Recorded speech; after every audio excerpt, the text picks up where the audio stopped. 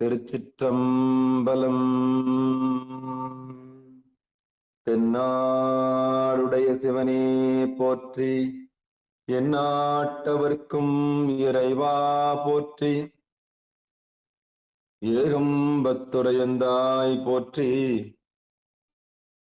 பாகம் பெண்ணொரு ஆனாய் போற்றி, அண்ணாமலையும் அண்ணா போற்றி, கண்ணார் அமுதக்கடலே போற்றி, காவாய் கனகத்திரளே போற்றி, கையிலை மலையானே போற்றி போற்றி. நமச்சிவாய வாழ்க, நாதன் தாள் வாழ்க. அன்பர்களுக்கு ஆன்ம வணக்கம். நீங்கள் கேட்டுக்கொண்டிருப்பதும் பார்த்து கொண்டிருப்பதும் சிகாரம் சைவநெறி பாடசாலை என்கிற டெலிகிராம் சேனல் மூலம் ஒவ்வொரு நாளும் அதிகாலை 5:20 மணிக்கு திருநெறிய தமிழோசை என்கிற தலைப்பின் கீழே 12 திருமுறை பாராயணம் செய்து வருகிறோம். அந்த வகையில சிவபெருமானுடைய பெருங்கருணையினாலே திருமூல நாயனார் இயற்றிய திருமந்திரம் என்கிற நூலினை ஒரு நாளைக்கு ஒரு பாடல் என்கிற வரிசையில் சிந்தித்து வருகிறோம். நம்முடைய நிகழ்ச்சிக்கு வருகை தந்துள்ள அத்துணை அடியார் பெருமக்களுடைய பொன்னார் திருவடிகளையும் மனமொழி மெய்களாலே வணங்கி நிகழ்ச்சிக்குள் இனிதே நுழைவோம். நுழைவதற்கு முன்பதாக 12 திருமுறை ஆசிரியர் துதி, திருக்கதவம் அடைதல், திருக்கதவம் திறத்தல் போன்ற பாடல்கள் எல்லாம், திருப்பள்ளி எழுச்சி போன்ற பாடல்கள் எல்லாம் பாடி நிகழ்ச்சியை துவங்குவதை ஒரு வழக்கமாக வைத்திருக்கிறோம். அந்த வகையில் இன்றைக்கு உண்டான 12 திருமுறை ஆசிரியர்கள் துதியை படிப்பதற்காக காஞ்சிபுரம் மாவட்டம் காஞ்சிபுரத்தில் வசிக்கக்கூடிய சிவ திருமதி புனிதவதி அம்மையார் அவர்களை வருக வருக என்று வரவேற்று மகிழ்கிறோம். வாங்கம்மா. ஐயா தனலட்சுமி அம்மா படிக்கிறேன் ஐயா. ஓ சிவபெருமானே. காஞ்சிபுரம் மாவட்டத்தை சேர்ந்த சிவ திருமதி தனலட்சுமி அம்மா, வாங்கம்மா. திருச்சிற்றம்பலம். அனைத்து அடியார் திருவடிகளை வணங்கிக் கொள்கிறேன் ஐயா. திருஞான சம்பந்தர், நாவரசர், சுந்தரர், திருவாத ஊரர் மற்றை திருமாளிகை தேவர், சேந்தனார், கருவூரர், தெள்ளு பூந்துருத்தி நம்பி வருஞான கண்டராதித்தர், வேணாட்டடிகள் வாய்ந்த திருவாளியமுதர், மருவு புருடோத்தமர், சேதிராயர், மூலர், மண்ணு திரு ஆளவாயார், ஒரு காரை காலம்மை ஐயடிகள், சேரமான் ஒளிகீரர், கல்லாடனார், ஒன் கபிலர், பரணர், மெய்யுணர், இளம் பெருமானோடு ஓங்கும் அதிரா அடிகளார், திருமேவு பட்டினத்தடிகளோடு நம்பியாண்டார் நம்பி சேக்கிழாரும், சிவநெறி திருமுறைகள் 12 அருள் செய்த தெய்வீக தன்மையோரே, திருமுறைகள் 12 அருள் செய்த தெய்வீக தன்மையோரே. நன்றிங்க ஐயா. திருச்சிற்றம்பலம். அற்புதம் அற்புதம் அற்புதம் சிவபெருமான். இனி திருக்கதவும் அடைதல் பாடுவதற்காக காஞ்சிபுரம் மாவட்டம் காஞ்சிபுரத்தில் வசிக்கக்கூடிய சிவ திருமதி புனிதவதி அம்மையார் அவர்கள். சிவபெருமான பெருமாள் ஐயா படிக்கிறேன்னாரு. நானு திருக்கதவு படிங்க. இதுதான் படிங்க. நான் சொல்றேன். சிவபெருமான. சரிங்க ஐயா, அதை படிக்கலாம்.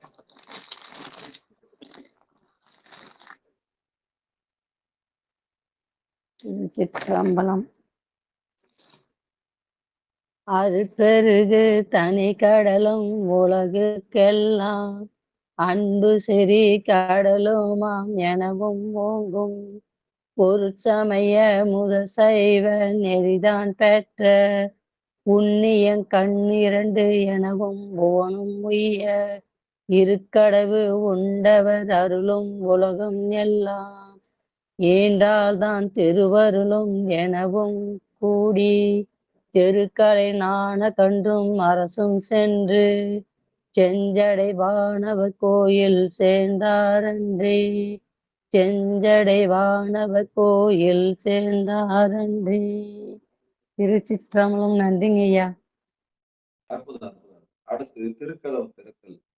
சேலம் மாவட்டம் பூசாரிப்பட்டியை சேர்ந்த சிவ திரு சிவத்திரு பெருமாள் ஐயா அவர்கள். வாங்க ஐயா. திருச்சிற்றம்பலம்.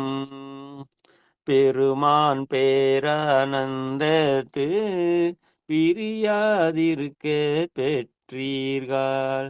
அருமானுற்றை பின்னை நீ அம்மான் அலங்கி அகற்றாதே.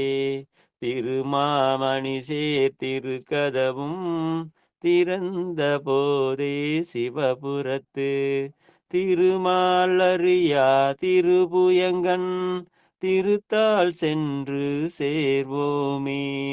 திருமாலறியா திருபுயங்கன் திருத்தாள் சென்று சேர்வோமே. திருத்தாள் சென்று சேர்வோமே. திருச்சிற்றம்பலம்.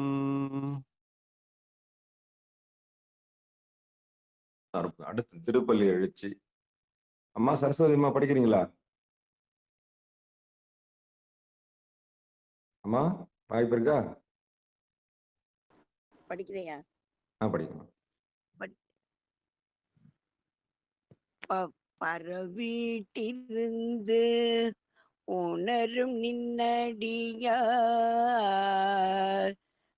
பரவீட்டிருந்து உணரும் நின்னடியார், பந்தனை வந்தருத்தார் அவர் பலரும். மைபொரு கண்ணியர், மைபொரு கண்ணியர்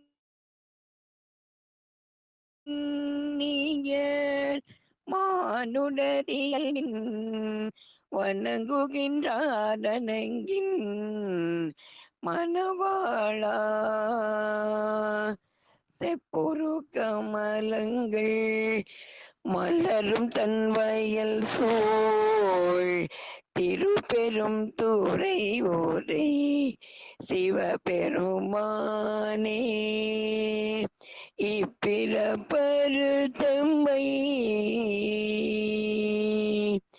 இப்பிறப்பரு தம்மை ஆண்டருள் புரியும் எம்பெருமான் பள்ளி எழுந்தருளாயே. எம்பெருமான் பள்ளி எழுந்தருளாயே.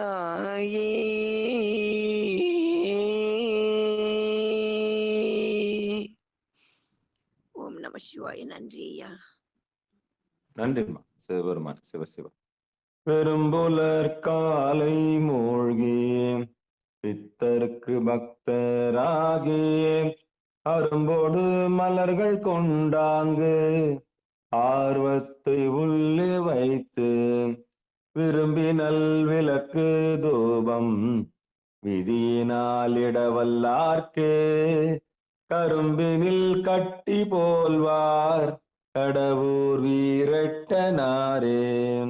கரும்பினில் கட்டி போல்வார் கடவுர் வீரட்டனாரே. திருச்சிற்றம்பலம். அன்பர்களுக்கு ஆன்ம வணக்கம். நமச்சிவாய வாழ்க, நாதன் தாள் வாழ்க.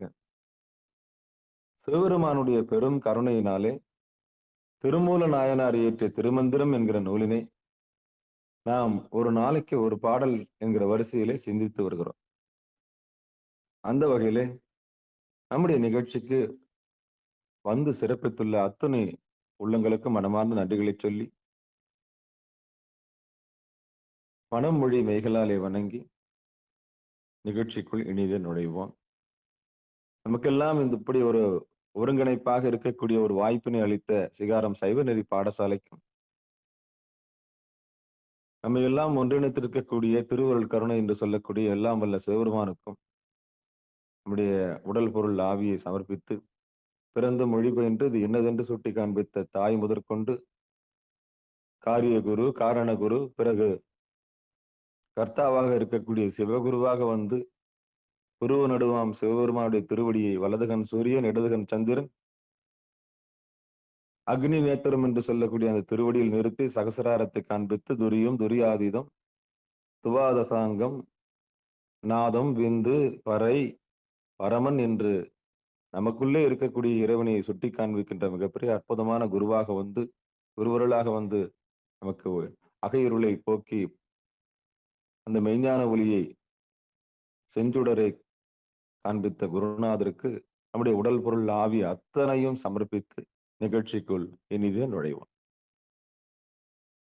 இந்த தன்னை அறியும் கலையில் நம்முடைய அறியாமையை நீக்குவதில் குருநாதருடைய பங்கு பெரும் பங்கு.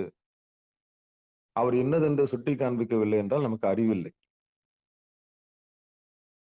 நமக்கு சுத்தமாக அறிவே இல்லை. ஆக நமக்கு ஒருவர் சுட்டி காண்பித்தால் மட்டுமே அறிவு. அதுக்கப்புறம் தான் அவன் அருளாலே அவன் தாள் வணங்கி. அப்ப அவன் அருள் வேணும்னா குரு அருள் வேணும். குரு அருள் இருந்தா தான் அவன் அருள் கிடைக்கும். அப்போ குரு அருள் இருந்தா சிவன் அருள் நிச்சயம் உண்டு. நமக்கெல்லாம் குருவா வந்துற வாழ்நாள்ல பிறந்து அதான் நமக்கு வழிகாட்டின அத்தனை பேரும் நினைக்கணும். நம்ம அவங்க காரிய குருவா இருந்தாலும் சரி, அவங்க காரண குருவா இருந்தாலும் சரி, நமக்கு வழிகாட்டின அத்தனை பேரும் மனமார்ந்து நன்றி சொல்லணும். நன்றி நினைக்கணும். நன்றி அறிதல் வேணும். இந்த நன்றி அறிதல் தான் வந்து நம்மளை வந்து மேலான இடத்துல வைக்கும். நன்றி சொல்லணும். சின்ன வயசுல இருந்து நமக்கு மனமார்ந்த நன்றி சொல்லணும். கொஞ்சம் நினைவு கூறணும். யார் யாரெல்லாம் நம்ம வாழ்க்கையை திருப்பி விட்டாங்க, யார் யாரெல்லாம் நம்மளை வந்து உயர்த்தி விட்டாங்க, அந்த மாதிரி நம்ம அவங்களுக்கு நன்றி சொல்லணும். அப்படி நன்றி அறிதலோடு இந்த நிகழ்ச்சியை நம்ம தொடக்குவோம். சிவாய நம்ம திருச்சிற்றம்பலம் தில்லையம்பலம் திருமந்திரத்தில் 3ஆம் தந்திரத்தில் 12ஆம் தலைப்பில் கலைநிலை என்கிற தலைப்பின் கீழே 8வது பாடலை நாம் இன்றைக்கு சிந்திக்க இருக்கின்றோம். திருச்சிற்றம்பலம். பாடல். தானே எழுந்த அத்தத்துவநாயகி ஊனே வழி செய்தம் உள்ளே இருந்திடும். தானே எழுந்த அத்தத்துவநாயகி ஊனே வழி செய்தம் உள்ளே இருந்திடும்.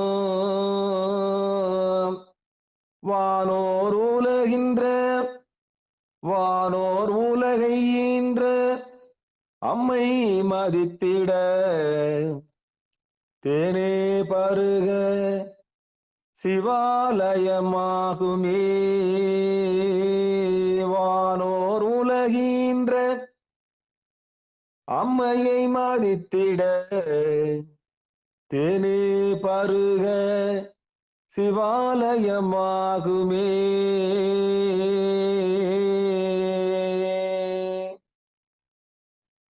சிவபெருமானே சிவசிவா திருச்சிற்றம்பலம். இனி பாடலை பதம் பதமா பிரிச்சு பார்த்திடலாம். தானே எழுந்த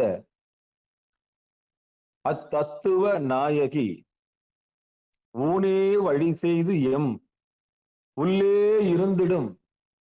வானோர் உலகை ஈன்ற அம்மை மதித்திட தேனே பருக சிவாலயம் ஆகுமே. திரும்பல நாயனா நம்ம கொடுத்துக்கிற கொடை இது. இன்னைக்கு நம்ம கொடுத்திருக்க கொடை. இனி நம்ம பாட்டுக்குண்டான பொழிப்புரைக்கு போகலாம். இந்த பாடல் வந்து முழுக்க முழுக்க அம்மை தாயை பராசக்தி மையமா வச்சு வந்திருக்குது. இந்த வீடியோவை பார்க்கலாம். பொழிப்புரை. உயிர் தனது முயற்சியால் அடையலாகாமையின் தானாகவே அதற்கு புலப்பட்டு நிற்கின்ற மெய்ப்பொருளாகிய தலைவி தன்னை நாம் அடைவதற்கு இவ்வுடம்பையே வழியாக அமைத்து நம்முள் இருக்கின்றார். அவளையே பொருளாக நாம் கொள்ளின் இவ்வுடம்பு சிவானந்தமாகிய தேனை பருகி இன்புறுகின்ற இடமாய்விடும். மீண்டும் ஒரு முறை பொழிப்புரையை படிச்சிடுறேன். உயிர் தனது முயற்சியால் அடையலாகாமையின் தானாகவே அதற்கு புலப்பட்டு நிற்கின்ற மெய்ப்பொருளாகிய தலைவி தன்னை நாம் அடைவதற்கு இவ்வுடம்பே வழியாக அமைத்து நம்முள் இருக்கின்றார். அவளையே பொருளாக நாம் கொள்ளின் இவ்வுடம்பு சிவானந்தமாகிய தேனை பருகி இன்புறுகின்ற இடமாய்விடும். வானோர் உலகின்ற அம்மை. இனி யதார்த்த உலகத்துல நம்ம சிகாரம் சைவநேரி பாடசாலையில இந்த பாட்டுக்குண்டான பொருளை கொஞ்சம் சிந்திக்கலாம். சிவபெருமானே, சிவசிவா, திருச்சிற்றம்பலம், தில்லையம்பலம். அம்மையப்பர்ன்னு தான் சொல்றோம். அப்பர் அம்மைன்னு சொல்றது இல்ல. அப்பர் அம்மை அப்படின்னு சொல்றது இல்லையே. அம்மையப்பர்ன்னு தான் சொல்றோம். அப்ப எது முதல்ல வருது? அம்மை, அப்பர்ன்னு தான் வருது. அம்மையப்பர். அம்மையே அப்பா ஒப்பிலா மணியே. அப்போ சாமி தாயுமானவன்றது இங்க நிரூபணம் ஆகுது. சரி. இனி எதார்த்த உலகத்துல நம்ம சாமானிய சைவநெறி பாடசாலையில் நம்ம இத விளக்கத்துக்கு போலாம். தானே எழுந்த தத்துவ நாயகி. இந்த ஒரு வரிக்கு பொழிப்புரையில அவங்க என்ன சொல்றாங்கன்னா, உயிர் தனது முயற்சியால் அடையலாகாமையும், அத சொந்த முயற்சியில இறைவனை அடையணும்னு முயற்சி பண்ணும்போது ஒருபோதும் முடியாதுன்றது நல்லா தெரியும். தெரிஞ்சுக்கணும்னு ஆர்வம் வைக்கும்போது அது வந்து நமக்கு புலப்படாது. நமக்கு புலப்படாது. சொந்த முயற்சியால தேடி இறைவனை அடையணும்ன்றது புலப்படாத காரியம். சரி, இந்த புலப்படாத காரியத்த நம்ம ஏன் முயற்சி பண்ணணும்னு சொல்லிட்டு, எல்லாம் வல்ல தாய்கிட்ட அத விட்டுட்டோம்னா, அப்போ தானாகவே அதற்கு புலப்பட்டு நிற்கின்ற மெய்ப்பொருளாகிய தலைவி நமக்கு தன்னுடைய இருப்பை காண்பித்துக் கொடுப்பாளாம். தானே எழுந்த தத்துவ நாயகி ஊனே வழி செய்தும் உள்ளே இருந்திடும். அவ ஏற்கனவே இருக்கிறா. பராசக்தி, கிருபாகரி, அம்பிகை, அபிராமி, இப்படி அகிலாண்டேஸ்வரி திருநாமங்கள் 1000 திருநாமம் இருந்தாலும் அவ சக்தி. அவதான் எல்லாவற்றுக்கும் சக்தி. அவளை புறந்தள்ளிட்டு நம்ம சிவபெருமானை அடைய முடியாது. இதுதான் அம்மையை புறந்தள்ளிட்டு நம்ம சிவபெருமானை அடைய முடியாது. அதுக்கு தான் முன்னுரிமை கொடுத்திருக்கார் திருமூலர். கடைசியில நம்ம அடையக்கூடிய இடம் அவதான்.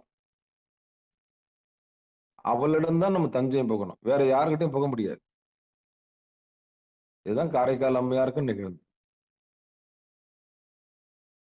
அப்படி போகும்போது அம்மைகான், எம்மை பேரும் அம்மைகான் இருந்தாலும் அங்க சக்தி தன்னுடைய வேலையை காமிச்சாங்க. அப்போ நான் வேணாவா அப்படின்னு கேட்டு குடிக்க தண்ணி இருக்குதா குடிக்க தண்ணி இருந்தா குடுமான்னு கேட்கும்போது, ஏன் தண்ணி கேட்கிற? உனக்கு தான் ஐயா இருக்கிறாரு அப்படின்னும் போது தன்னை வெளிப்படுத்துற விதம் இருக்குல்ல, அதான் காளி, அதான் சக்தி, அதான் பராசக்தி. அப்போ அம்மையார், அப்போ நீதான் நடந்து இறைவனையே கேட்டுட்டு இருக்கிறியே, போயேன் உனக்காகத்தான் அவர் இருக்க போய் அப்படின்னும் போது, தண்ணி தாகம் எடுக்குதுமா, ஏன் தண்ணியை குடிக்கிற? உனக்கு தான் சக்தியே வேணான்ட்டியே அம்மா அப்படின்றாங்க. அப்போ வந்தது யாருன்னு, வந்தது பராசக்தி மாதிரியே தெரியுதாம்மா. சரி, அப்போ அந்த ஏன் தண்ணி குடிக்கிற? நீதான் சக்தியே வேணான்னு சொல்றியே, சக்தி இல்லாத சிவத்தை அட முடியுமா அப்படின்னு கேட்கும்போது தான் அம்மா வந்து உணர்றாங்க.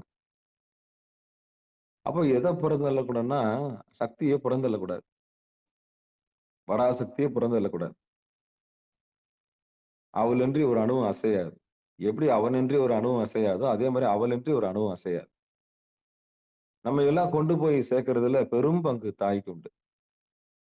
தாயை புறந்தள்ளிட்டு நம்மளால என்ன பண்ண முடியாது?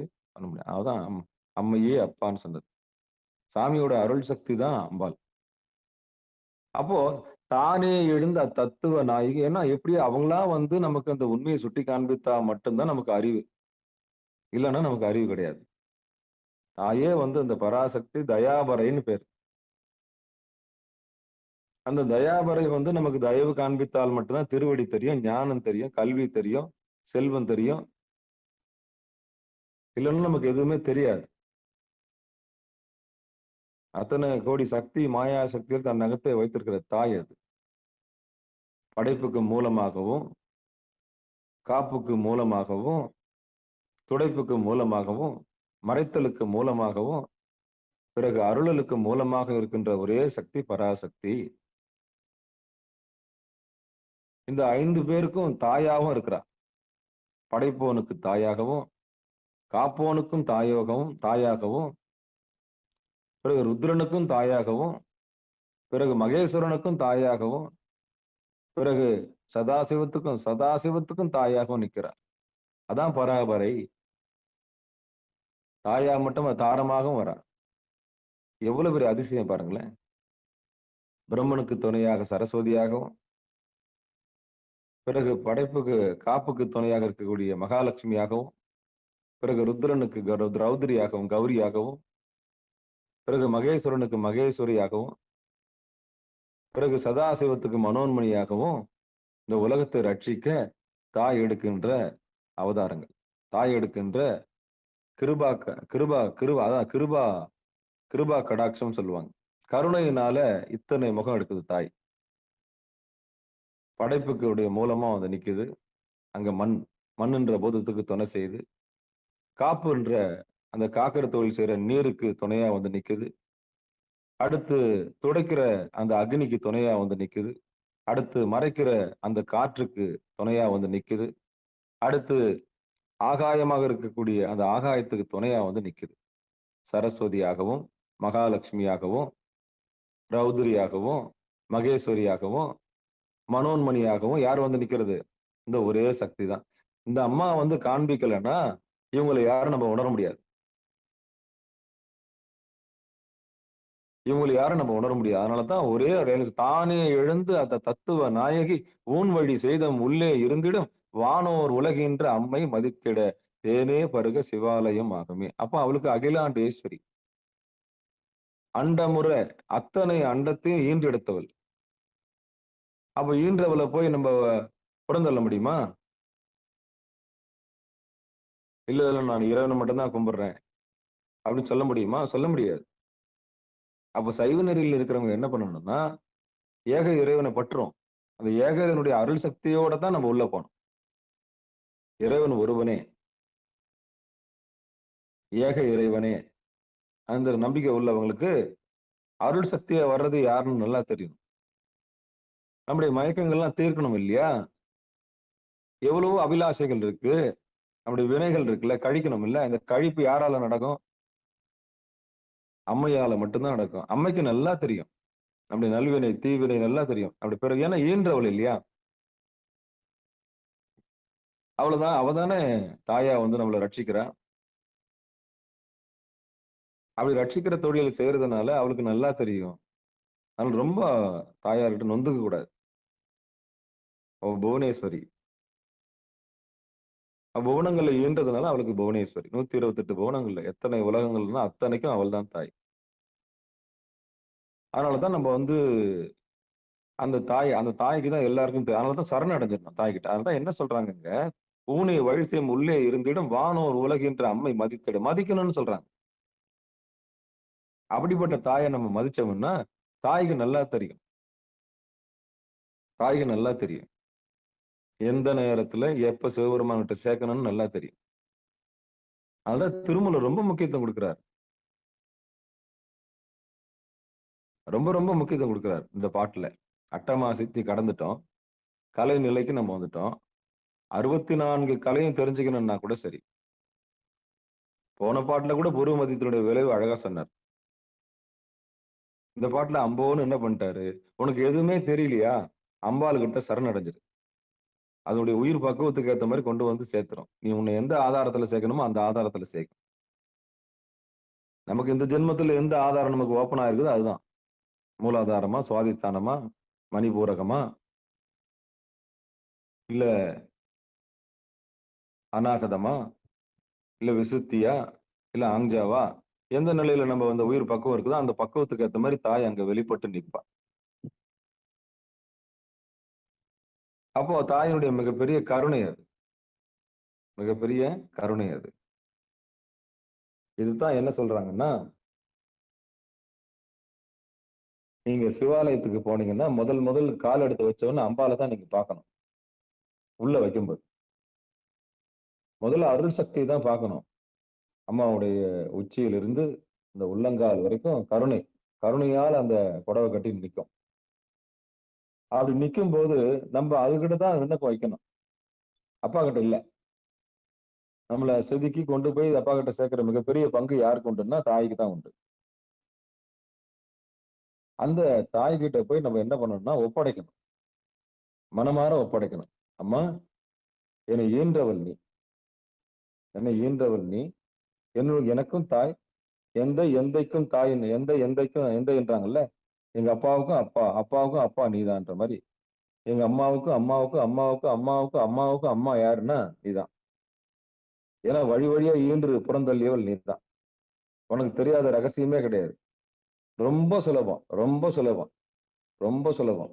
பராசக்தி கிட்ட விட்டுட்டோம்னா நம்முடைய பரம்பரையே தெரிஞ்சுக்கலாம். நம்ம லட்சணத்தை நம்ம தெரிஞ்சுக்கலாம். ஏன்னா அவளுக்கு தெரியும். இந்த இழிவான பிறவியை நம்ம எத்தனை முறை எடுத்தோம், எங்கெங்கெல்லாம் தேறி எப்படி வந்திருக்குன்ற ரகசியம் யாருக்கு தெரியும்னா பராசக்திக்கு தெரியும். ரெக்கார்டு வச்சிருப்பா. ஏன்னா ஈன்றவளுக்கு தெரியும் இல்ல. அவ்வளவு ஒரு கூட்டத்துல வெள்ளையா இருக்க கொக்குல தன்னுடைய குஞ்ச போய் தன்னுடைய தாய் கண்டுபிடிக்கிற மாதிரி, இந்த பூமியில எங்க எது இருந்தாலும் நிச்சயம் தாய்க்கு எல்லா ரகசியம் தெரியும். ஏன்னா அவ இல்லாம எந்த சக்தியும் கிடையாது, எதுவுமே கிடையாது. அப்படிப்பட்ட தாய்கிட்ட போயிட்டு நம்ம ஒப்படைச்சிட்டோம்னா நம்மள எங்க கொண்டு போய் சேர்க்கணுமோ அங்க கொண்டு போய் சேர்த்து நம்ம உடம்பையே சிவாலயமா மாத்திருவாளாம். அப்ப சிவாலயமா ஒரு உடம்பு மாறணும்னா அம்மாவுடைய பெரும் பங்கு வேணும், தாயோட பெரும் பங்கு வேணும், சக்தியோட பெரும் பங்கு வேணும். அப்படி தேனை பருக செஞ்சு சிவாலயமாக மாத்தக்கூடிய பங்கு அவளுக்கு தான் இருக்கு. அப்ப கொண்டு போய் திருவடியில நிறுத்தக்கூடியவள் அவதான் மயக்கத்தை தீர்க்கணும், வேற யாராலும் தீர்க்க முடியாது. அவதான் பிரம்மலோகத்தை நம்மளை கடக்க வைக்கணும். நான் என்ற அகந்தையை அவ இன்றி நமக்கு கடக்க முடியாது.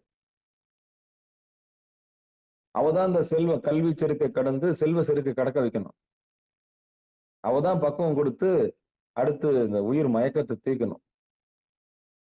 அவதான் பக்குவம் கொடுத்து பிராணாயாமத்தை கொண்டு வந்து விடணும். மூச்சுதான் கடவுள்னு.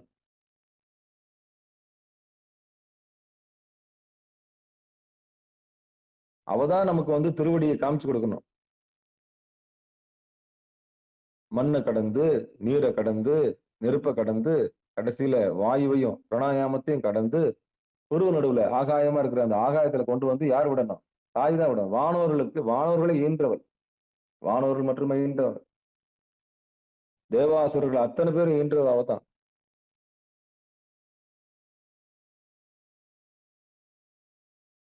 எல்லாரும் ஈன்றவள் அவதான்.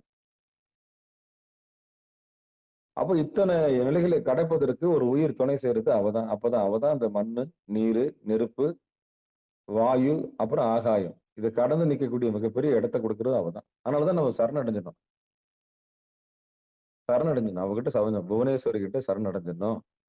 அது எப்படி சாத்தியம் அப்படின்னா, சிலருக்கு அப்பாவை தவிர வேற யாரும் கும்பிட மாட்டேன்னு சொல்லுவாங்க. அது ரொம்ப அபத்தம். ரொம்ப ரொம்ப அபத்தம். நம்ம நிக்கணும் நடக்கணும்னா என்ன பண்ணுவீங்க நீங்க? நான் கேட்கிறேன்.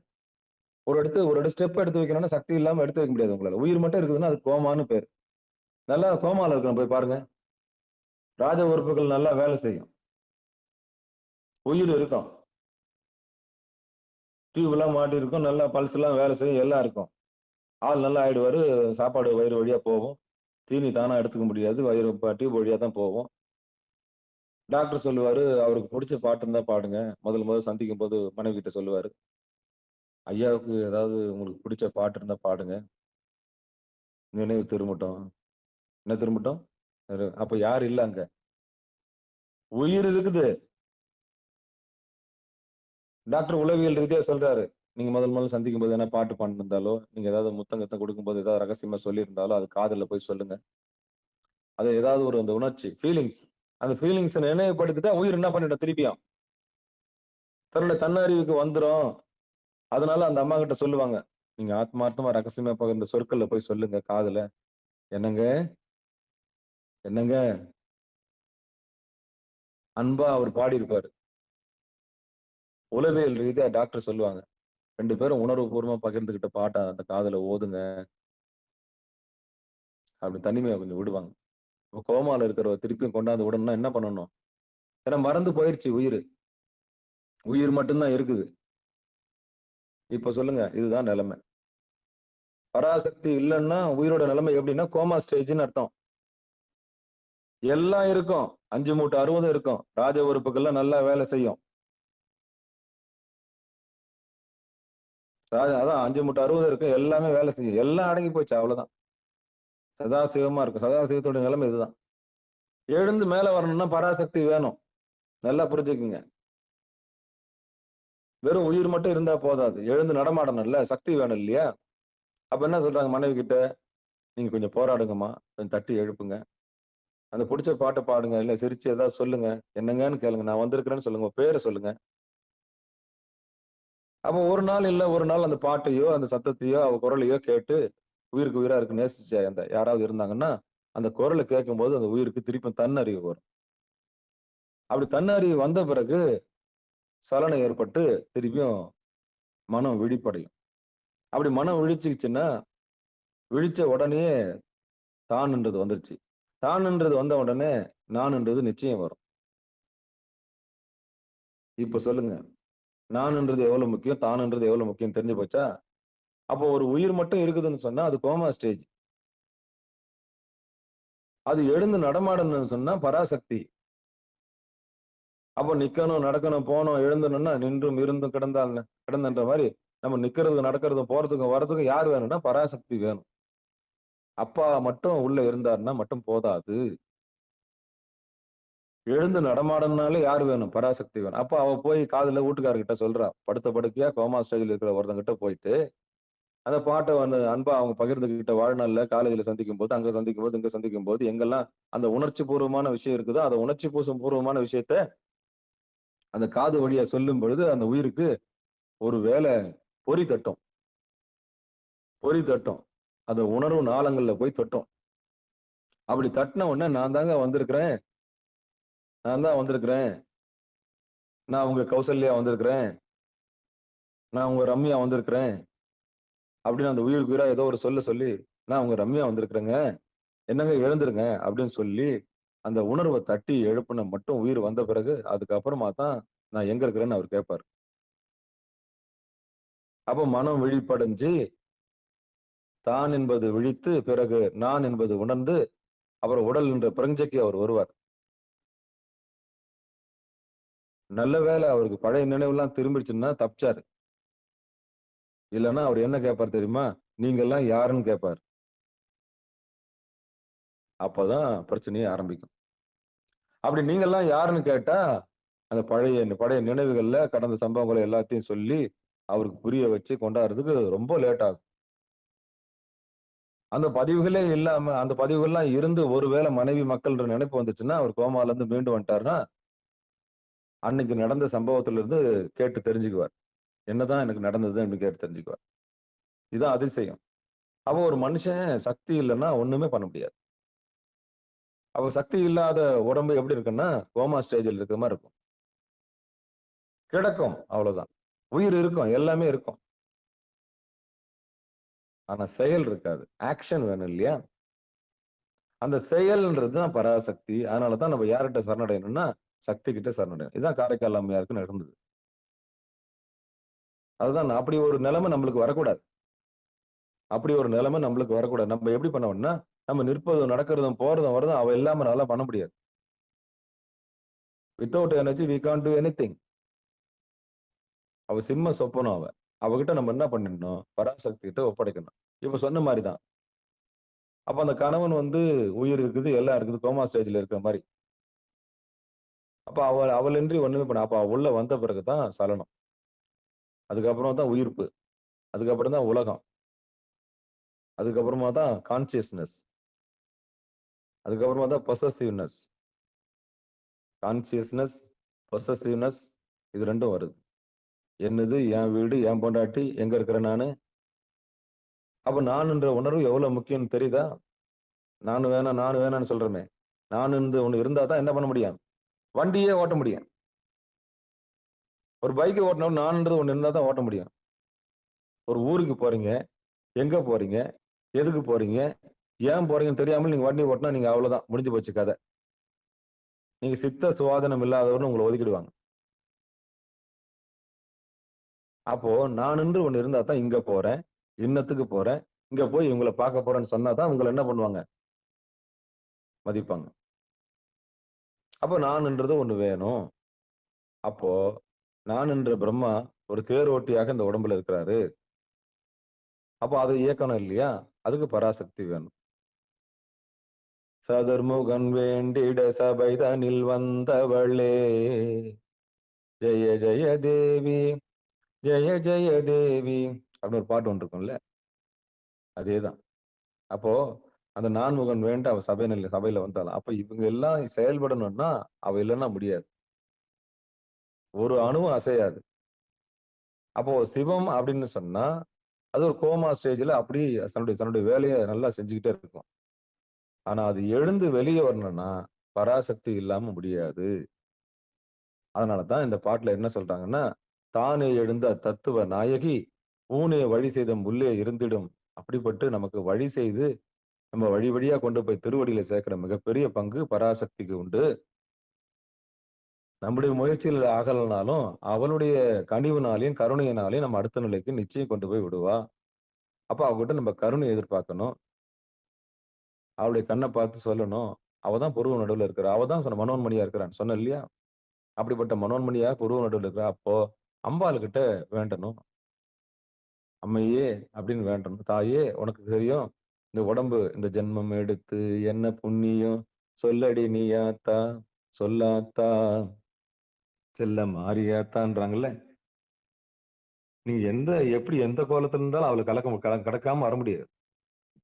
அதுதான் இந்த ஆடி மாசம் கரெக்டா அந்த பாட்டு வந்திருக்குது. நேற்று வேற ஆடி வெள்ளி. நேற்று சிந்திக்க வேண்டிய பாடல் இது.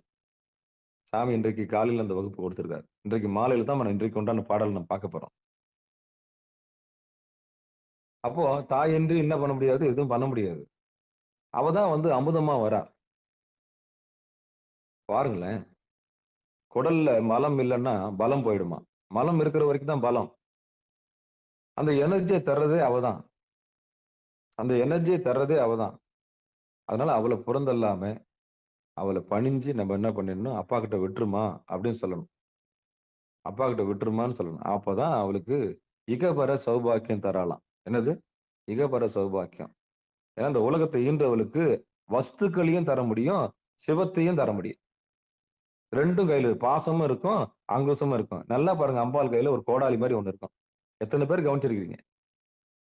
கையில ஒரு தாம்பு கயிறு மாதிரி ஒண்ணு வச்சிருப்பா. நல்லா அழகா சுருக்கயிறு மாதிரி இருக்கும். அதான் பாசம், அங்குசம்.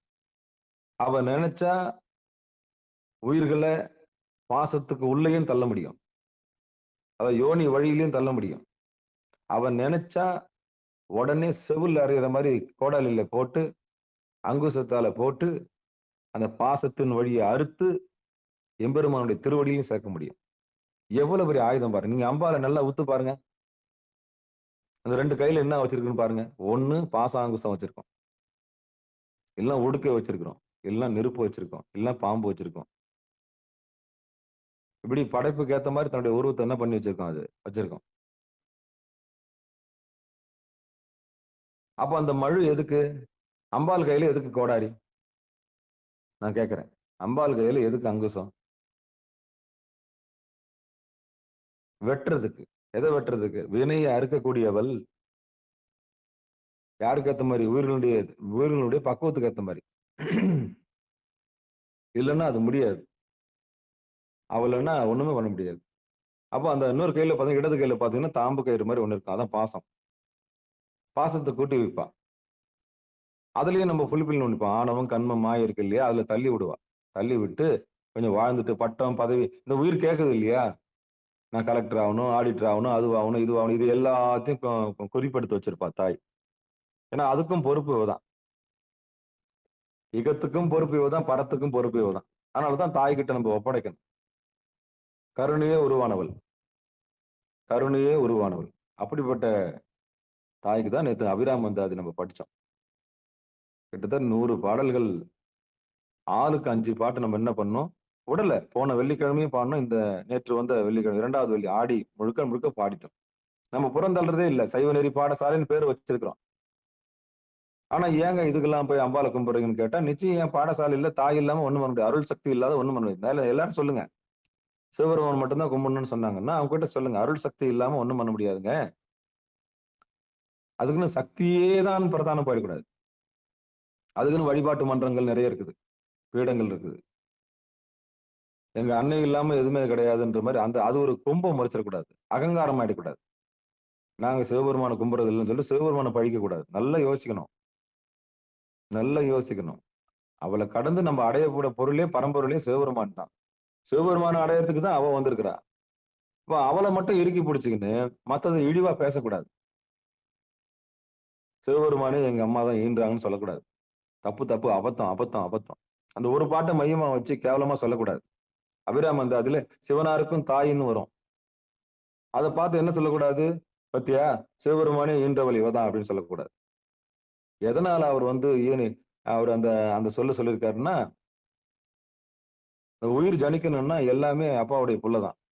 ஏன் அவளே அங்கிருந்து தான் வந்தா.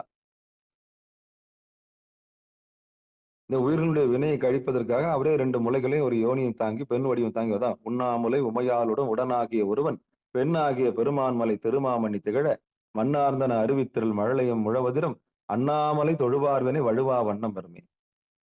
அப்படி அப்படி வந்தது யாரு? அப்படி வந்தது யாரு?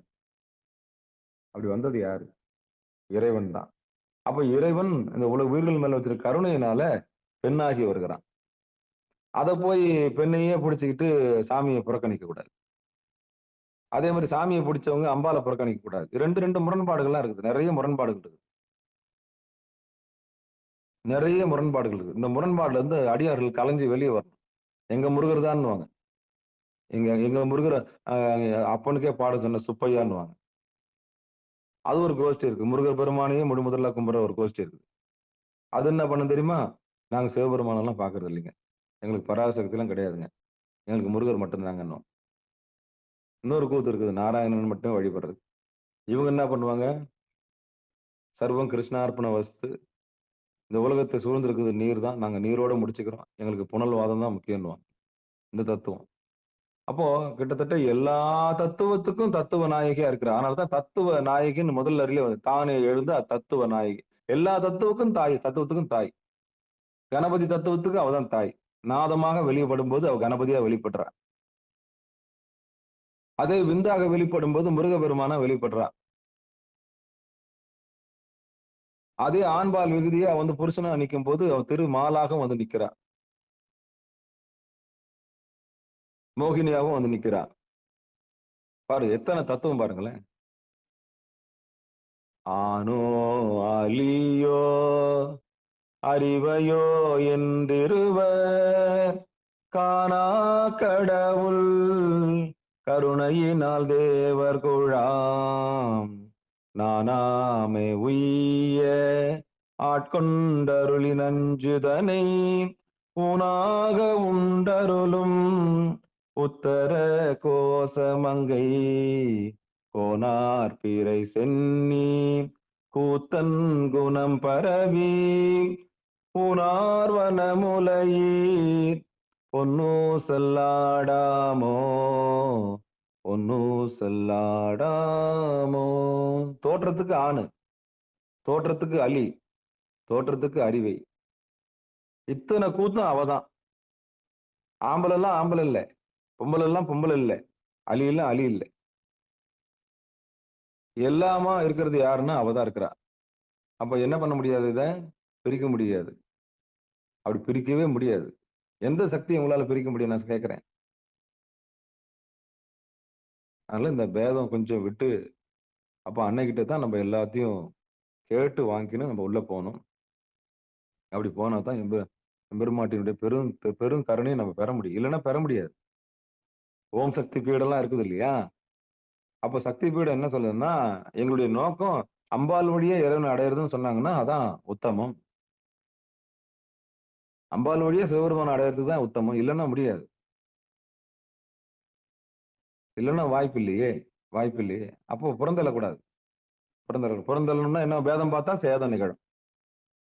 வேதம் பார்த்தீங்கன்னா அம்மாவையும் அப்பாவையும் பிரிச்சிங்கன்னா என்ன நிகழும்? சேதம் தான் நிகழும். நமக்கு பாடம் தான் எடுப்பாங்க அப்புறம். அப்ப நல்லா தெரிஞ்சவங்க என்ன பண்ண மாட்டாங்கன்னா, எதையுமே பிரிச்சு பார்க்க மாட்டாங்க. பிரிச்சே பார்க்க மாட்டாங்க. பிரிச்சாங்கன்னா அவங்களுக்கு சேதம் நிகழும் நல்லா தெரியும். இந்த உண்மையை தெரிஞ்சவங்க மதிக்க துவங்க தாயை. அப்பதான் அவதான் வந்து புருவ நடுவுல கொண்டு வந்து சேர்க்கிறா. அவ இல்லாம புருவ நடுக்கு வர முடியாது. இல்லைன்னா கற்பனையை கொண்டாந்து மயக்கத்தை கொண்டாந்து தூக்கத்தை கொண்டாந்துருவா. ஆமா, அவளே மூத்த தேவி. அதாவது மூத்த தேவி தான் மூதேவின்றானுங்க அவனுங்க. அவ இல்லைன்னா உடம்புக்கு சார்ஜ் ஏறாது. மூதேவின்றாங்கல்ல, அவ இல்லைன்னா உடம்புல சார்ஜ் ஏறாது. எத்தனை பேருக்கு தெரியும் இது? கொற்றவைன்னு அவளுக்கு பேரு. அவ இல்லைன்னா உடம்பு ரிலாக்ஸ் ஆகாது. நல்லா தூங்குனா தான் நம்ம அது உடம்பு ரீசார்ஜ் ஆகுற மாதிரி ஆகும். அவளை போய் மூதேவின்னு சொன்னா என்ன அர்த்தம்? அவ தான் வந்து நான்ன்றதை தூக்கி எறியறா. போதும் போதும் வேலை. இந்த கொட்டாவி மாதிரி ஒண்ணு வரும். எதுக்குன்னா அவ வரும்போது கொட்டாவி வரும். போதும், நான்ன்றதை தூக்கி எட்ட போடு, கல்வி செல்வத்தை தூக்கி எட்ட போடு, பொருட்செல்வத்தை தூக்கி எட்ட போடு, இதெல்லாம் உயிருக்கு உதவாது, எட்டப்போ எட்டப்போ கொட்டாவி ஒண்ணு வரும். அப்போ வரும்போதே தூங்கிடணும். ஏதோ உடம்பு நம்மளுக்கு என்ன பண்ண அசதியா இருக்குதுன்னு சொல்றோம்ல, அப்போ கொஞ்சம் படுத்தா தான். நல்லா ஞாபகம் வச்சுங்க. இந்த வண்டி ஓட்டுற டிரைவர்லாம் கார் ஓட்டுறான் பாருங்க, கொஞ்சம் அசந்தான்னா கதை முடிஞ்சு போச்சு. சொல்லி சொல்லி சொல்லி பார்க்கும் தாய். நீ மதிக்கலன்னு வச்சுங்களேன், வண்டி எங்க விடுவனே தெரியாது, எங்கேயாவது போய் கவுந்து கிடக்கும். நிறைய விபத்து இப்படித்தான் நடக்கும். தாயை மதிக்கலன்னா என்ன நடக்கும்? இதுதான் நடக்கும். அவ வருவா, ஏய் நான் சார்ஜ் ஏத்தணும், எனக்கு பணியை கொடு, இல்ல படு, வண்டி நிறுத்திட்டு படு. டேய் நான் படுக்கணும், நான் சார்ஜ் ஏத்தணும், அப்பாவை கூட இருக்கணும், எனக்கு ஓய்வு கொடு. இது சொல்லி சொல்லி சொல்லி பார்க்கும். இதை நீ மீற மீற மீற மீற அப்படியே வஞ்சமா வச்சிரும். சொல்லி சொல்லி பார்க்கும், இல்லைன்னா உதறி விட்டுரும். அவ்வளவுதான். நீ எவ்வளவு பெரிய கான்சென்ட்ரேஷன் வண்டி ஓட்டினாலும் 2 செகண்ட்ல ஒண்ணு தூங்க வச்சிருவா. வண்டி போய் கவுந்து கிடக்கும். அவ்வளவுதான். இதுல இருந்து என்ன தெரியுதுன்னா, அவளை புறந்தள்ளக்கூடாது. அவ கொற்றவை, அவ மூத்த தேவி, அவதான் ஆதியில் இருக்கிறவ, அவதான் பராசக்தி, அவதான் நான் என்ற விழிப்பு நிலைக்கு அப்பாற்பட்டு இருக்கிறவ, தான் என்ற விஷ்ணுவுக்கு அப்பாற்பட்டு இருக்கிறவ. இது ரெண்டு பிரம்மலோகத்துக்கும் வைகுந்தத்துக்கும் அப்பாற்பட்டு நிக்கிறதுனால அவளுக்கு மூத்த தேவின்னு பேரு. அவ இல்லைன்னா ஒண்ணும் பண்ண முடியாது. அதனாலதான் கோயில்ல அவளை வழிபாடு செஞ்சாங்க. இவனுங்க மூதேவின்ட்டானுங்க. அவ இல்லைன்னா ஸ்ரீதேவி கிடையாது. யாரு இல்லைன்னா, நல்லா ஞாபகம் வச்சுங்க, இதெல்லாம் நன்றிக்குரிய, நம்ம எல்லாம் நன்றிக்குரியவங்களா இருக்கணும். மூதேவி இல்லைன்னா, மூத்த தேவி இல்லைன்னா நமக்கு சார்ஜ் இல்ல, தூக்கம் இல்ல. நீங்க தூங்கினா தானங்க நீங்க விழிப்புணர்வோடு நீங்க வெளியே வர முடியும். குறைஞ்சபட்சம் 6 மணி நேரம் 4 மணி நேரமாவது இந்த உயிர் என்ன பண்ணணும்? அந்த ஓய்வு நிலையை எடுத்தா மட்டும்தான் ஸ்ரீதேவிக்கு வேலை. ஸ்ரீதேவின்னா என்ன? சுக்கிலம். அவ இறங்கி வரணும் கீழே. அதனாலதான் எல்லா கோயிலும் மகாலட்சுமி முன்னாடி போட்டிருப்பாங்க. அப்ப மூத்த தேவி வந்து நம்மளை மறைச்சிடுறா. நானுன்றதை மறைச்சு, தானுன்றதை மறைச்சு, எல்லா உயிருக்கும் எல்லாத்தையும் கொடுத்து, எல்லா பேர் ராஜ உறுப்புகள் எல்லாத்தையும் சப்ளை பண்ணிட்ட பிறகு, இனி நான் கதவை திறக்கிறேன், நான் வழி விடுறா. அவ வழி விட்ட பிறகுதான் ஸ்ரீதேவி. அவளுக்கு தான் உலகம். அவளுக்கு தான் உலகம். ஸ்ரீதேவி கிட்ட ஒப்படைக்கப்படுது இந்த உலகம். அப்ப 2 பேரும் மனமும் காமெடியா முன்னாடி 2 பேரும் விழிச்சு வெளியே வராங்க. ஏன்னா அவன் தான் உலக நாயகன். அவனுக்கு நாராயணன் பேரு. அப்போ நாராயணன் விழிச்சு எழுந்து வர்றதுக்கு முன்னாடி அதுக்கு என்ன லோகன் பேரு? நம்ம கைலாயன் பேர். அது வந்து அதாவது சலனம் இல்லாம இருக்கக்கூடிய அற்புதம், அருளியல் உலகம் என்று சொல்லக்கூடிய கைலாயங்கிறது நமக்குள்ளதான் இருக்கு. அப்படி உலகம்னு விழிச்சு வந்தா இவங்க 2 பேரும் விழிச்சு வரணும். யாரும்? நாராயணனும் மகாலட்சுமி. அந்த மூதேவி வழி விடலைன்னா இந்த ஸ்ரீதேவி நாராயணனோட வெளியே வர முடியாது. அப்படி நாராயணனும் அந்த ஸ்ரீதேவி வெளியே வரலன்னா நான்முகன் வெளியே வர முடியாது. நான்முகன் வெளியே வரலன்னா சரஸ்வதி வெளியே முடியாது. சரஸ்வதினா நம்ம வாக்கு. இப்ப நம்ம பேசுறோம் இல்லையா? அப்போ ஒருத்தருடைய வாக்கு வந்து வெளியே விழணும்னா நான்ன்ற பிரம்மா வேணும். அப்ப நான்ன்றது ஒண்ணு வேணும்னா நாராயணன்ற ஒரு இருட்டு வேணும். அந்த நாராயணன்ற ஒரு இருட்டு வேணும்னு சொன்னா அம்மைன்ற ஒரு மூதேவி வேணும். அந்த மூத்த தேவி எங்க போய் முடியறான்னா அப்பா கிட்ட போய் முடியாது. அவதான் வந்து பராசக்தி. அவளை போய் நம்ம என்ன பண்ணக்கூடாது? அதனாலதான் ரொம்ப எச்சரிக்கையா இருக்கணும். கேவலமாலாம் சொல்லக்கூடாது. மூதேவின்னு சொல்லக்கூடாது. மூத்த தேவின்னு சொல்லணும். மூத்த தேவின்னு சொல்லணும். அதான் சொன்னனே, அந்த வண்டி ஓட்டுறவன் போய் 2 செகண்ட் பேப்பர்ல பாப்பீங்க, 11 பேரும் போய் கவிழ்ந்து விழுந்தார்கள் அப்படின்னு போட்டிருக்கோம். ஏன்? கொஞ்சம் வண்டி ஓரமா நிறுத்திட்டு அந்த அம்மா சொல்றது கேட்டு கொஞ்சம் கண் அசந்து தூங்கி எழுந்து அதுக்கப்புறம் கை கால்லாம் கழுவி கொஞ்சம் கொடுக்க வேண்டியது கொடுத்து உயிருக்கு கொடுக்க வேண்டியது கொடுக்கணும். உயிரை ஒரு பொருட்டா மதிக்கலைன்னா அது உங்களை மதிக்காது. நல்லா எழுதி வச்சுக்கங்க. உள்ள இருக்கிற அம்மை அப்புறம் நீங்க மதிக்கலைன்னா அது உங்களை தூக்கி எறிஞ்சிடும். அதான் அந்த குஷ்டம், ரோகம், நோய் நொடியெல்லாம் எதுக்கு வருது? தாயையும் தந்தையும் மதிக்காதனால தான் நமக்கு நோய் வருது. என்னைக்கு தாய் தந்தையை நம்ம மதிக்கிறோமோ, நமக்குள்ள இருக்கிற தாய் தந்தையை மதிக்கிறோமோ, அப்பதான் வந்து தேன் பருக செய்து சிவாலயமா நம்மள மாத்துவா. மதிக்கணும். நம்மள நாமளே மதிக்கணும். இந்த உடல் மொழி என்ன சொல்லுது? இந்த மனம் மொழி என்ன சொல்லுது? இந்த உயிர் மொழி நமக்குள்ள என்ன சொல்லுது? அத மதிக்கணும். தூங்க சொல்லுதா தூங்கிடுங்க. பாட சொல்லுதா பாடுங்க. ஆட சொல்லுதா ஆடுங்க. கொண்டாட சொல்லுதா கொண்டாடுங்க. அதுக்கு ஒரு பொருட்டாவே மதிக்க 4 பேர் என்ன சொல்லுவாங்க? 4 பேர் என்ன சொல்லுவாங்கன்னு சொல்லி, சொல்லி அந்த உள்ள இருக்கிற உணர்ச்சிகள என்ன பண்ணிடக்கூடாது? இழந்துறக்கூடாது. நம்முடைய வாழ்க்கைய பெரும்பகுதி இழந்துறக்கூடாது. பெரும்பகுதி இழந்துறக்கூடாது. அந்த உள்ளுணர்வு என்ன சொல்லுதோ அதுபடி நம்ம வாழணும். அப்ப உள்ள இருக்கிற அம்மையப்பருக்கு நம்ம துணை செய்யணும். அப்ப இன்னைக்கு நம்ம 2 தெரிஞ்சுக்கணும். ஒண்ணு மூத்த தேவி, இன்னொன்னு ஸ்ரீதேவி. ஆமா. அப்ப மூத்த தேவி, மூதேவின்னு யாருன்னா சொன்னாங்கன்னா, மூதேவின்னு சொல்லக்கூடாது. மூத்த தேவின்னு சொல்லணும். அவ தான் நம்மளுக்கு வழிகாட்டுறா. அவ தான் ஸ்ரீதேவியா வரா. இது எத்தன பேருக்கு தெரியும்? இப்பதான் சொன்னேன். ஆகாயமாக இருக்கும்போது மனோன்மணியா இருக்கிறா புருவ நடுவுல. அவ மனசு வச்சா நிச்சயம் எல்லா கதவும் திறக்குங்க. எல்லாம் வல்ல தாயே, எங்கும் நிறைந்தாயே. ஒரு பாட்டு ஒண்ணு வருதுல்ல? அவ எல்லாம் வல்லவள். எல்லா சித்துக்கும் அப்பாற்பட்டவள். எல்லா உலகங்களுக்கும் அப்பாற்பட்ட அகிலாண்டேஸ்வரி. அதனாலதான் எல்லா ஆதீனங்களும் அம்பாள் கிட்ட வந்து கோரிக்கை வச்சிருவாங்க. என்னதான் நீங்க துறவு நிலையில இருந்தாலும் அவ இல்லாம ஒண்ணும் பண்ண முடியாது. அவளை பணிமீன் கண்டீர் பணியணும். எவ்வளவுப்பட்ட பிரம்மச்சரியாக இருந்தாலும் எழுந்து நடக்கணும்னா யார் வேணும்? பொம்பளை வாடையே வேணாம்னு சொல்லக்கூடாது. அப்படி யாரும் வாழவும் முடியாது. நீங்க பெண் நினைவு இல்லாம உங்களால வாழவே முடியாது. நீங்க மண்ணுல இருக்கணும்னா நீங்க பெண்ணோட நினைவு இருந்தா தான், பராசக்தியோட நினைவு இருந்தா தான் முடியும். அவளை புறந்தள்ளினீங்கன்னா எப்படிதான் உங்களை மாயையில வந்து மாட்ட வைப்பான்னு தெரியாது. எவ்வளவு பெரிய சாமியாரா இருந்தாலும் கவுத்துருவா.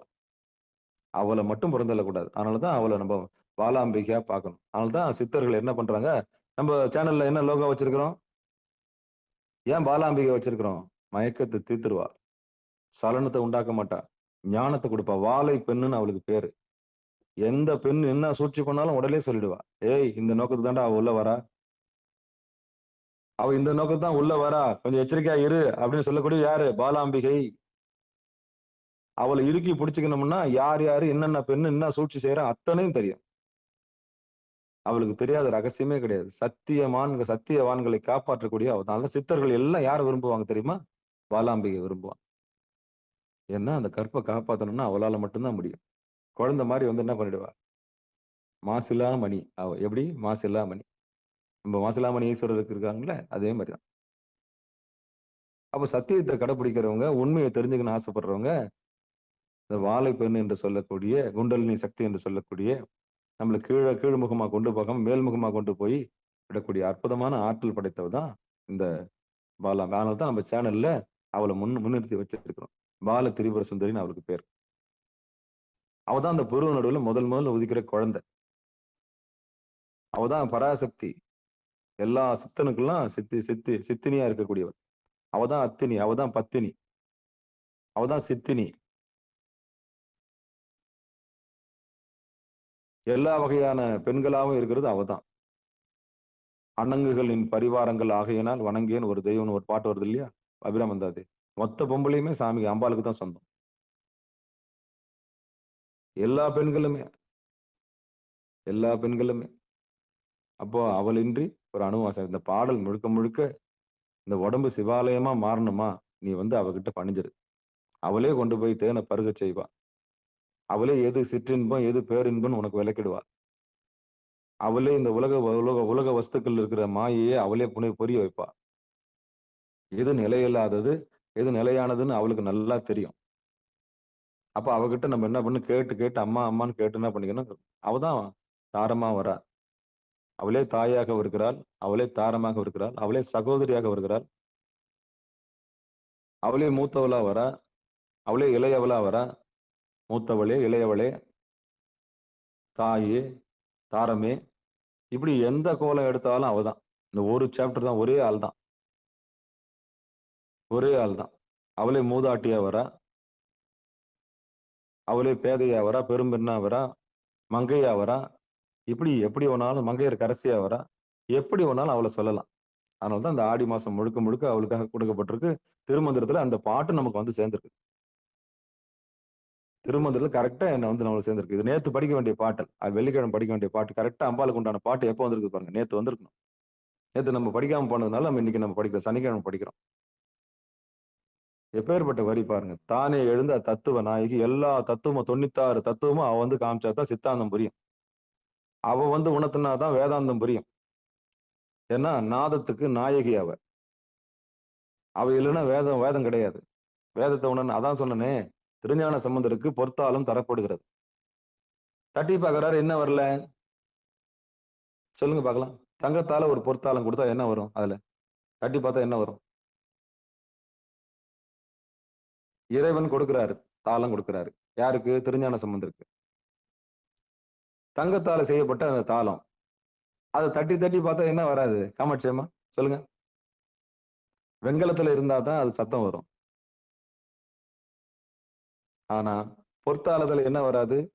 ஓசைங்க ஐயா. ஓசை வராது. ஓசை ஏன் ஓசை ஓசை வரலன்னா ஓசை. அவளுக்கு பேரே என்ன ச- தெரியுமா? ஓசை கொடுத்த நாயகி. கரெக்டா? ஆமாங்க ஐயா. ஆமா. சரி. அப்போ சரிங்க அப்போ ஐயா, சரிங்க ஐயா. அப்பா கொடுத்தது பொற்தாளமா இருந்தாலும் அந்த என்ன வரணும்? ஓசை வேணுமா வேணாவா? அப்போ ஓசை ஆமாங்க ஐயா, வேணுங்க ஐயா. அப்ப அம்பாள் வந்து இணைஞ்ச பிறகுதான் அங்க என்ன வருது? என்ன பேர் அதுக்கு? ஓசை கொடுத்த நாயகி. ஓ இதுல இருந்து என்ன தெரியுது? ஓசை. ஆமா. ஓசை கொடுத்த நாயகி அப்படின்னு பேரு. அப்போ என்ன அர்த்தம்னா, அப்பா வந்து நம்மள எல்லாம் உண்மையிலே ரட்சிக்கிற இறைவன் எழுந்து வரும்போது அம்பாலாக எழுந்து வருகிறார். அதனாலதான் கோமா ஸ்டேஜ்ல இருக்கிற உயிரை நான் உதாரணம் காமிச்சேன். இந்த உண்மை நல்லா புரிஞ்சிருப்பீங்க. இன்னைக்கு வந்தவங்களுக்கு சக்தின்னா என்ன? சிவம்னா என்ன? நடமாட்டம்னா என்ன? அவ இல்லைன்னா ஒண்ணும் பண்ண முடியாதுன்ற ரகசியத்தை அவதான் சிவாலயத்தை நம்ம உடம்பு சிவாலயமா மாத்தக்கூடிய அவதான். அவதான் ஓசை கொடுத்த நாயகி. ஓசை ஒலியலாம் ஆனாய் நீ என்ற மாதிரி ஓசையாக வந்து பராசக்தியா வர்றது சிவபெருமான் தான். அப்ப அவளை மீறி தான் நம்ம அப்போ ஓசை கொடுத்த நாயகன்னா என்ன அர்த்தம்? வெறும் பொற்தாளத்துல என்ன பண்ண முடியாது? தாளம் போட முடியாது. அப்ப தாயை வந்து அதுக்கு என்ன பண்றா? அதுக்கு உணர்வு கொடுக்குறா. வெறும் பொண்ணால ஒண்ணும் கிடையாதுங்க. கொஞ்சம் இணைஞ்சா தான் பித்தளையும் அதை கொஞ்சம் கலந்தா தான் என்ன பண்ண முடியும்? அந்த ஓசைகள்லாம் வரும். அப்போ அந்த தாளத்துக்கு ஓசை கொடுக்குறா. அதனால தான் அவளுக்கு ஓசை கொடுத்த நாயகின்னு பேரு. இப்ப சொல்லுங்க. நம்ம திருவடியை போய் அடையணும்னா நமக்குள்ள இருக்கிற பராசக்தி கிட்ட நம்ம ஒப்படைக்கணும். அவகிட்ட கேட்கணும். பொருள் நடுவுல கேட்கணும். மனோன்மணியா இருக்கிறா இல்லையா? அம்மா, நான் என்ன பாவம் பண்ணுமா? நான் இந்த உடம்பு எடுத்திருக்கிறேன். இவ்வளவு தூரம் இந்த வாழ்ந்துட்டேன். 7 கழுத வயசு, 8 கழுத வயசு, 9 கழுத வயசு தாண்டி இவ்வளவு தூரம் வந்திருக்கிறேன். இன்னைக்கு வரைக்கும் நல்லது கெட்டது எனக்கு தெரியலையே. யார் சூழ்ச்சி செய்யறாங்கன்னு தெரியலையேம்மா. என்ன சூது நடக்குதுன்னு தெரியல. இந்த வஞ்சகமான உலகத்துல என்னை காப்பாத்து தாயே.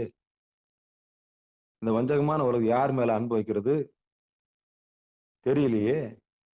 உற்றார் யார் உளரோ எனக்கு புரியலையேம்மா. அப்படின்னு புருவ மண்டல நடுவு பார்த்து கேளுங்க. கேட்போம். நம்ம எல்லாரும் சேர்ந்து கேட்போம். இந்த ஜென்மம் எடுத்து என்ன புண்ணியம் தாயே? எங்களெல்லாம் உய்வடைய செய்ய மாட்டியா? இன்னும் எங்களை பேச விட்டு தான் வேடிக்கை பார்க்க போறியா? அந்த பேசா பெருநிலை எங்களுக்கு கொடுக்க மாட்டியா? அன்பு எங்களுக்கு பொழிய மாட்டியா? எங்களுடைய வினையை தீர்க்க மாட்டியா? ஏன்னா இகபர சௌபாக்கியம் உங்ககிட்ட தானே இருக்குது. 2 மார்பும் உங்ககிட்ட தானே இருக்குது.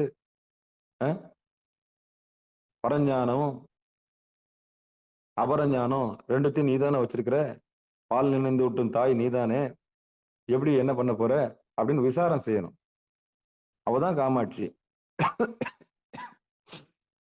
அவதான் வந்து மீனாட்சி. அவதான் விசாலாட்சி. அப்போ அவளை பணிமீன் கண்டீர். வானோர்களை ஈன்றவள், தேவர்களை தேவ அசுரர்களை எல்லாரையும் ஈன்றவள் அவதான். அப்போ குரு நடுவை பார்த்து என்ன கேட்கணும்னா அப்படியே தாய்கிட்ட ஒப்படைக்கணும். ஏன்னா அவ மறைப்பு சக்தி. அவன் நினைச்ச 5 லோகத்தையும் கடந்து டக்குன்னு போய் என்ன பண்ணலாம்? எந்த லோகத்திலையும் விடலாம். நல்லா தெரியும். நினைச்சா மீனாட்சியாகி மூலாதாரத்துல விட்டுடலாம். அப்புறம் காமாட்சியாகி நம்ம மனம் விஷ்ணு லோகத்துல விட்டுடலாம். அப்புறம் விசாலாட்சியாகி கபாலத்துல கொண்டாந்து விட்டுடலாம். ஞானத்துல. இப்படி 3 பார்ட்டு. அவன் நினைச்சா எந்த லோகத்துல வேணாலும் விட முடியும். அதனாலதான் இந்த ஆடி மாசம் அவளை வழிபாடு செய்யறாங்க. முழுக்க முழுக்க அவளையே வழிபாடு செய்யறாங்க. அவ ஒருபோதும் எல்லாத்துக்கும் பொறுப்பு அவதான். அசைவத்துக்கும் பொறுப்பு அவதான், சைவத்துக்கும் பொறுப்பு அவதான். உயிரின் பக்குவத்துக்கு ஏத்த மாதிரி உயிரில தள்ளி விட்டுறா. வாகனம் சிம்ம வாகனம் இல்லையா? நீங்க அண்ணாமலையார் கோயிலுக்கு வந்தீங்கன்னா அம்பாளுக்கு வாகனம் நந்தி தான் இருக்கும். முழுக்க முழுக்க அங்க அசைவம் கிடையாது. அம்பாளை இறைவனை இறுக்கி பிடிச்சதுனால அங்க என்ன வாகனம்? சிம்ம வாகனம் இருக்காது. பெரிய பெரிய கோயில்லாம் போனீங்கன்னா தாய் சிம்மத்தை இழந்திருப்பா. இறைவனோட ஒன்றி இருப்பா. நந்தினின்னு அவளுக்கு பேரு. ஹரிகிரி நந்தினின்னு பாருங்களே, நந்தினின்னு என்ன புரு நடுக்கு வந்தவளுக்கு நந்தினின்னு பேரு. நந்து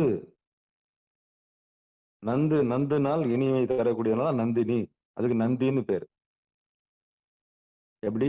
புருவ நடுவுலன்னா வலது கண்ணையும் இடது கண்ணையும் கொண்டு போய் திருவடியில அக்னி நேத்திரத்துல நிறுத்தினா அவங்களுக்கு நந்தினின்னு பேரு. பெண்களா இருந்தா நந்தினி, ஆம்பளையா இருந்தா நந்தி. ஏன்னா அடங்கிய மனம் நந்தின்னு சொன்னேன். அடங்கிய மனம் நந்தினி அப்படின்னு சொன்னேன். அப்ப நந்தினின்னா என்ன அர்த்தம்? இனி நந்தினின்னு யாருன்னா கூப்பிட்டீங்கன்னா என்ன அர்த்தம்? அவள் புருவ நடுவில் ஆனந்தத்தை அனுபவிப்பவள் அப்படின்னு அர்த்தம். உடம்பையும் மனசையும் உயிரையும் கடந்து மயக்கத்தை கடந்து எம்பெருமானுடைய திருவடி நடுவில் இளைப்பாரி கொண்டிருக்கிற ஆனந்தம் வாழும் போது திருவடி பேர் பெற்றவளுக்கு பேர் தான் என்னது? நந்தினி.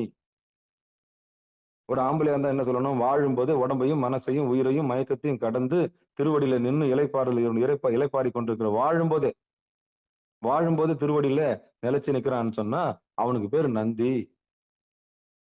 அவனுக்கு பேர் நந்தி. அவன் தான் நந்தி. அவன் தான் நம்பி.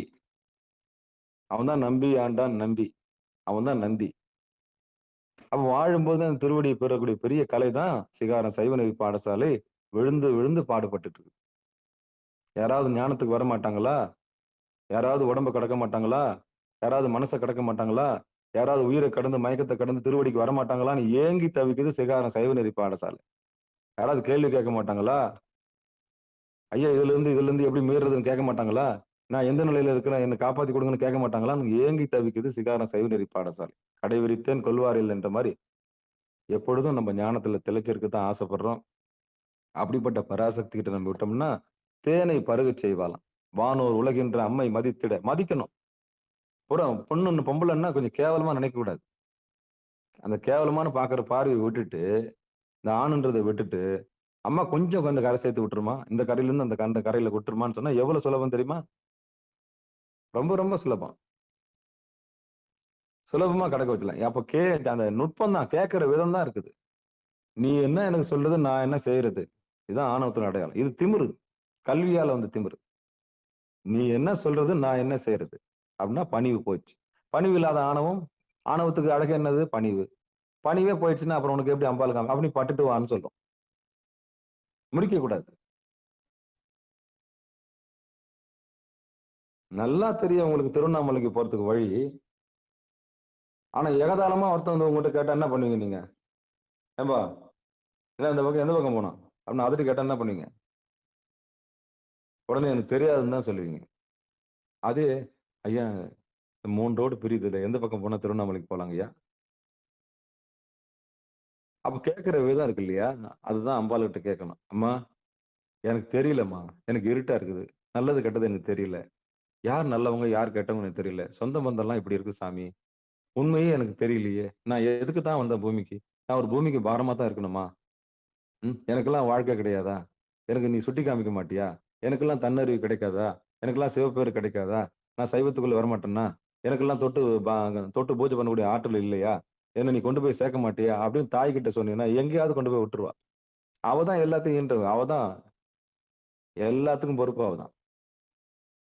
அப்ப பொருவ நடுவுல பார்த்து மனோன்மணி கிட்ட கேட்கணும். எப்படி கேட்கணும்னா, அம்மா எனக்கு வழி விடுங்க, எனக்கு சொல்லிக் கொடுங்க, எனக்கு குரு தயாபரையா வாங்க.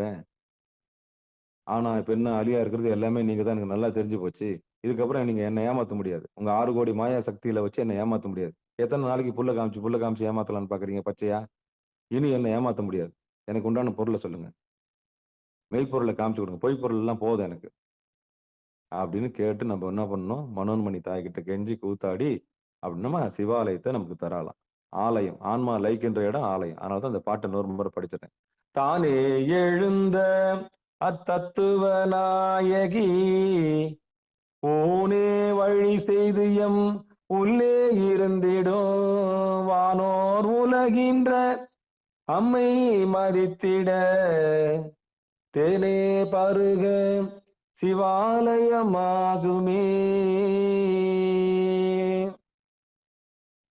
அப்படிப்பட்ட தேன் தான் உருவ நடு.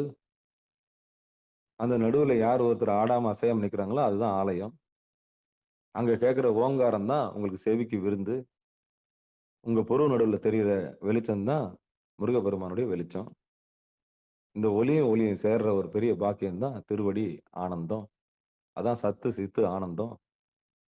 அதுதான் சத்து சித்து ஆனந்தம். இந்த உண்மையை நீங்க எல்லாரும் தெரிஞ்சு பயன்பெறணுன்றதுக்காகத்தான் சாமி சிகாரம் சைவநெறி பாடசாலையில அடியேனை ஒரு கருவியா வச்சு எடுத்துட்டு இருக்காரு. அதனால எல்லாரும் வந்து திருவடியில வந்து சேருங்க. வாய்ப்பு கிடைக்கும்போது ஒரு நாளைக்கு 24 நிமிஷம் உட்காருங்க. குறைஞ்சபட்சம் 24 நிமிஷம் ஆடாம அசையாம பாருங்க. முதல்ல பின்மண்டை வலிக்கும். புருவ அப்பா கிட்ட ஒப்படைச்சிருங்க. யார் இந்த புருவ நடுவுக்கு வர முடியும்?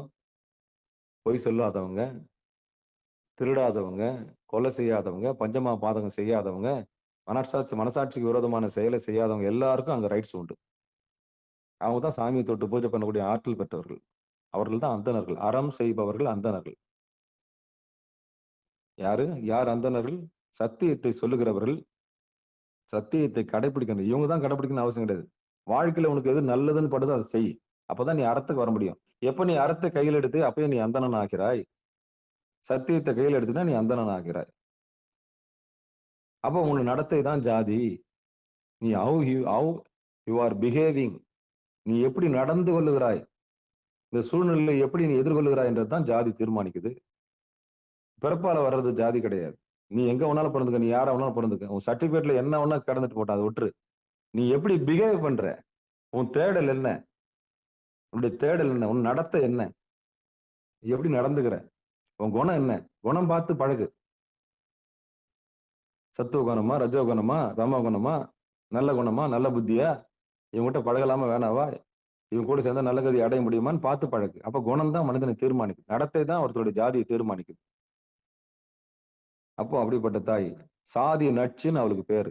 அபிராமந்தாதி படிச்சு பாருங்க. அபிராமந்தாதி படிச்சு பாருங்க. சாதிய நச்சு எடுக்கக்கூடிய வியாதி அது. பேதத்தை ஒழிக்கிறவ தாய் தான். பெருங்கருணை அவ. சாதிய நச்சுன்னு அவளுக்கு பேரு. உடைச்சிருவா அதை. கொஞ்ச நேரத்துல பேதத்தை உடைச்சிருவா. யார வேணான்னு சொன்னோமோ அவங்க தான் வந்து நம்மளுக்கு உதவி செய்வாங்க. எந்த கல்லு வேணான்னு நம்ம தூக்கி போட்டோமோ அந்த கல்லு தான் கரெக்டா வந்து பொருந்தும். நல்லா யோசிச்சு பாருங்க. எந்த கல்லு நம்ம வேணான்னு சொல்றோமோ அந்த கல்லு தான் கரெக்டா வந்து பொருந்தும். யார் நம்ம வாழ்க்கையில வெறுக்கிறோமோ அவங்க தான் நம்மளுக்கு உதவி செய்வாங்க. அதனால பேதம் பார்க்க கூடாது. அதாவது தீண்டாமை ஒரு பெருங்குற்றம்னு சொன்னாங்க. எல்லா உயிரும் நமக்கு முக்கியம். எல்லா உயிரும் நமக்கு முக்கியம். எல்லாரும் அரவணைச்சிட்டு பெரும் அந்த பேரானந்த விளைவுல நம்ம இருக்கணும். அதான் சிவானந்தம் கிடைக்கும். பேதம் பார்த்தீங்கன்னா சேதம் நிகழும். அதனால்தான் தாய்க்கு என்ன கிடையாது, சாதி கிடையாது, குலம் கிடையாது, கோத்தம் கிடையாது, எதுவுமே கிடையாது. அவ எல்லாவற்றுக்கும் தாயின்றதுனால பெரும் கருணை உருவானவள். அவளுக்கு கருணாம்பிகைன்னு பேர். எத்தனை பேரு, 1000 பேர் தாங்கி வந்திருக்கிறான். அப்படிப்பட்ட தாய்கிட்ட விட்டுட்டோம்னா நம்ம உடம்ப ஆலயமா மாத்தி, நம்மள பிராமணனா மாத்தி, நம்மள அந்தணனா மாத்துறா. அந்தனாவதும் காட்டி வந்தாண்டாய். வருமே, ஒரு இடத்துல வருமே. எந்த இடத்துல வருது? திருப்பள்ளி எழுச்சியா? ஆமா ஆமா, அற்புதம் அற்புதம் அற்புதம். அது ஒன்று இருக்கு. முந்திய முதல் நடு இறுதியும் ஆனாய், மூவரும் அறிகிலர் யாவர் மற்றறிவார், பந்தனை விரலியும் நீயும் நின்னடியார், பழங்குடில் தோறும் எழுந்தருளிய பரனே, செந்தழல் புரை திரு மேனியும் காட்டி, திருப்பெருந்துறை உரை கோயிலும் காட்டி, அந்தனாவதும்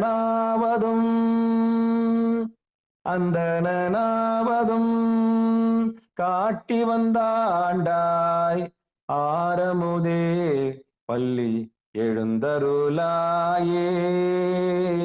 அந்தனாவதும் காட்டி வந்தாண்டாய், ஆரமுதே பள்ளி எழுந்தருளாயே.